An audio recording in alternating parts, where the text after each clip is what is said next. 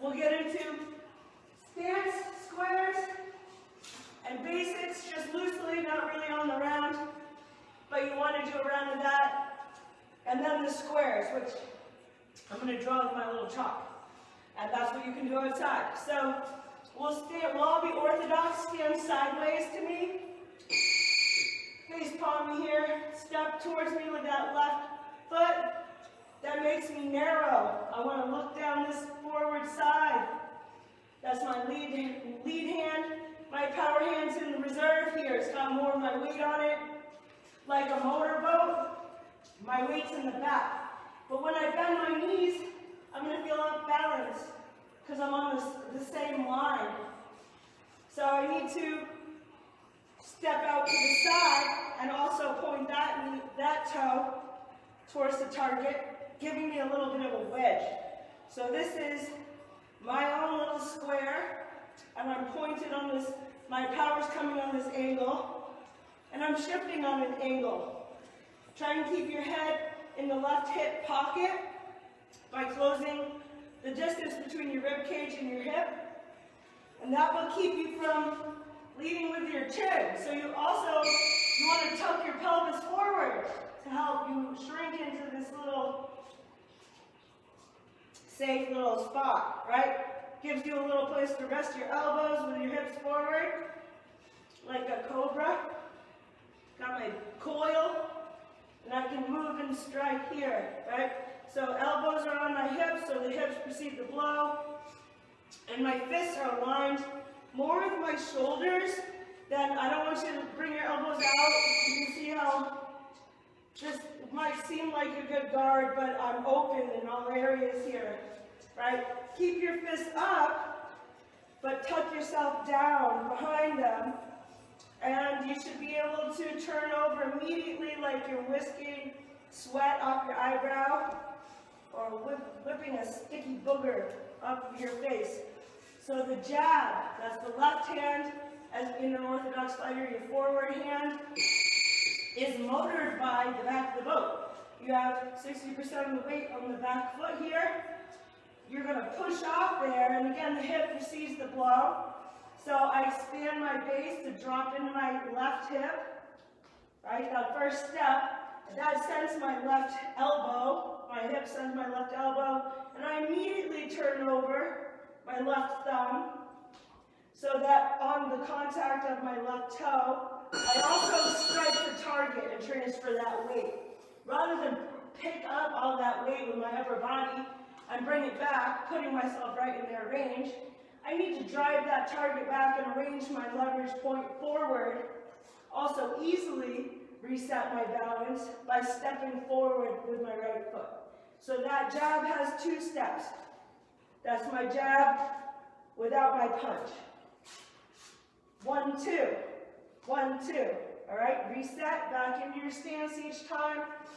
And the right hand, once you get organized in close enough to hit with the further away hand on your leverage point, then you're going to drive that right heel out. That sends the right hip forward. You drop the knee towards the target, and that helps your punch be nice and short and straight. It's called the right cross because, as I said, your weight shifts across. Your weight shifts across, but your hand doesn't go across. That would be like tying yourself up. So you want it to be a nice, short, straight punch. Think of it like a towel snap. So for this round here, let's do squares. The squares are how you move and check that stance, ready to throw either punch or move in defense. All right, so I'll get my chalk. Keep practicing that jab for now. 2 steps with every jab. I'm going to draw my square.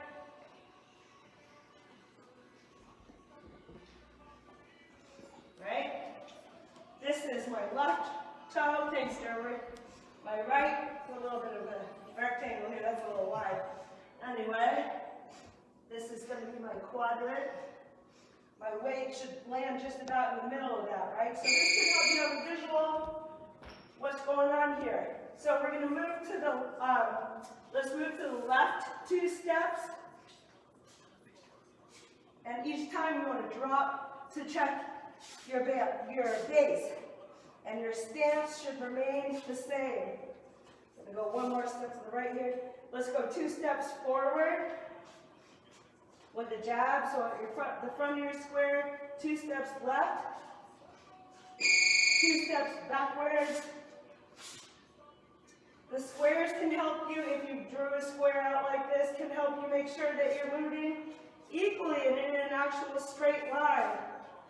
Keep dropping, pushing off like you're a skater on ice, right? So if you just turn and walk, you probably fall and break your teeth.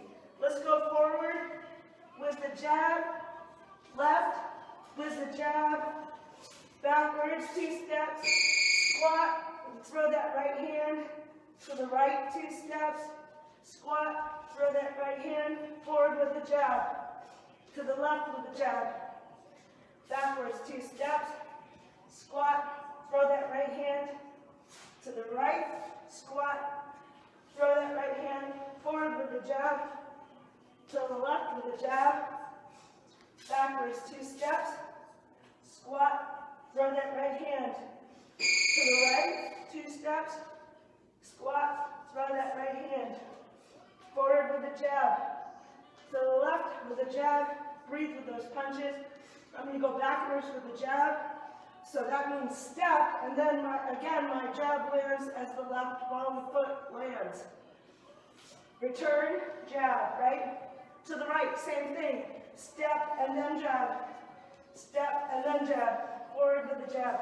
To the left with the jab. Let's do backwards one more time. Step, jab, to move back and jab. To the right, step, jab, squat, throw that right hand, forward with the jab. One more time around with the jab. Okay, we'll take a break. To the left with the jab, step, jab, going backwards. Step, jab, going right. One last squat, whip that right hand, good.